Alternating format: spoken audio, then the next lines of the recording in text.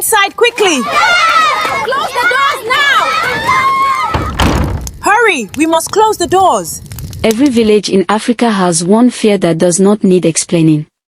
You just feel it. In Ife, that fear had a name.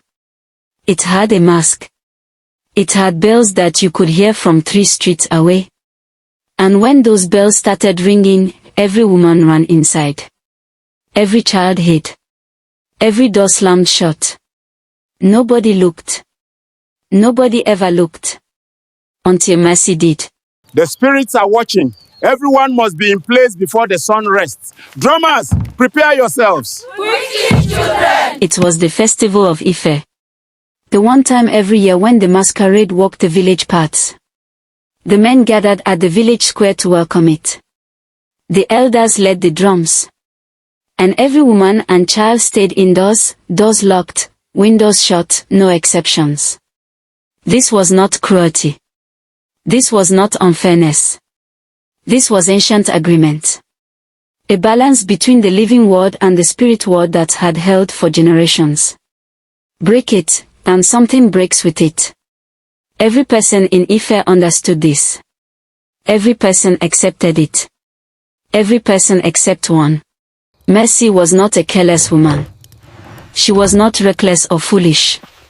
She was simply the kind of person who had always needed to understand things for herself. She had gone inside before the drums started. She had locked her door. She had sat down. But as the drums grew louder and the bells of the masquerade rang through the night air, something stirred inside her. A question she had carried her whole life. What does it actually look like? She had heard the stories.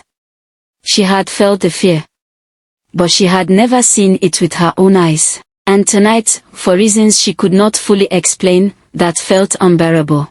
She opened the door, just a crack, and she looked. The masquerade was enormous. Taller than any man she had ever seen. Covered from head to toe in layers of colorful raffia that moved like living things.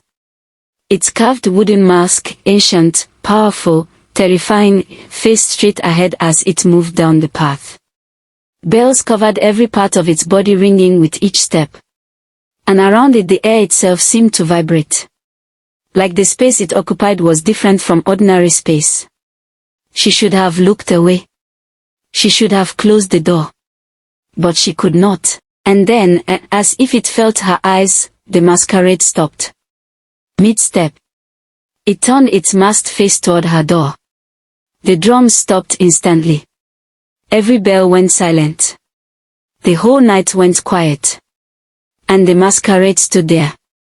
Facing her door. Not moving. Not making a sound. Just looking back. 1 hour passed. The masquerade did not move. 2 hours.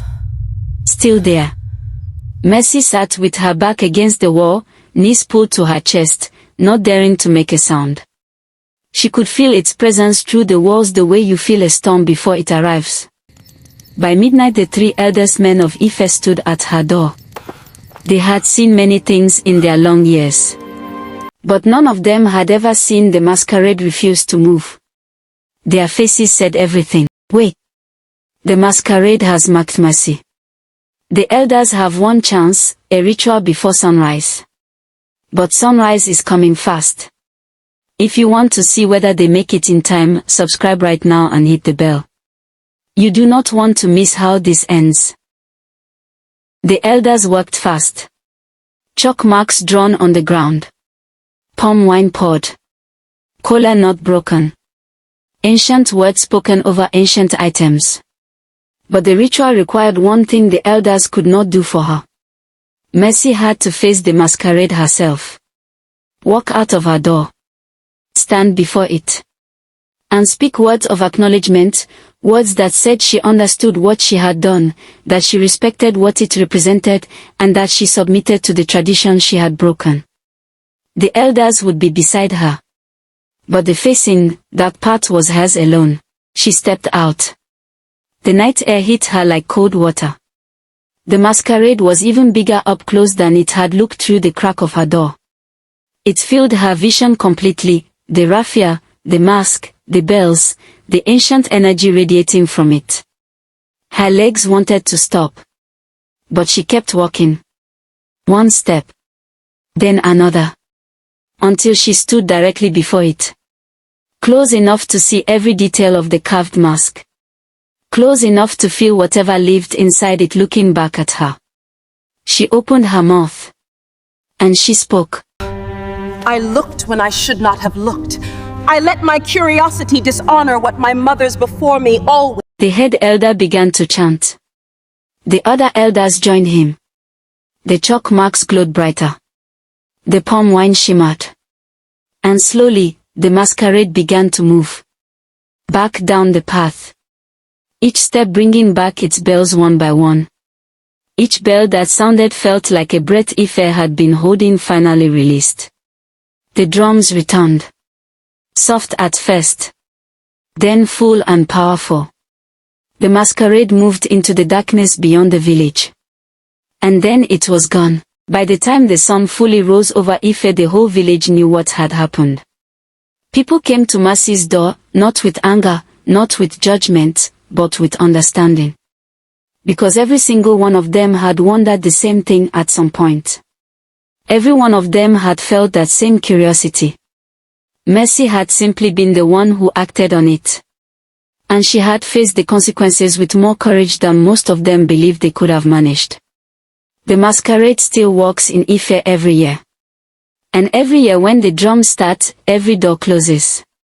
Every eye looks away. But now when the children ask why, the elders do not just say because it is the rule. They say, ask Mercy. She will tell you. And that is the story of Mercy and the masquerade of Ife. If this folktale stayed with you, share it today. Someone out there needs to be reminded that some things demand not our fear, but our respect. Hit that like button right now if this story moved you. Subscribe so you never miss the next folktale. And drop a comment, be honest. Would you have looked? We read every single comment.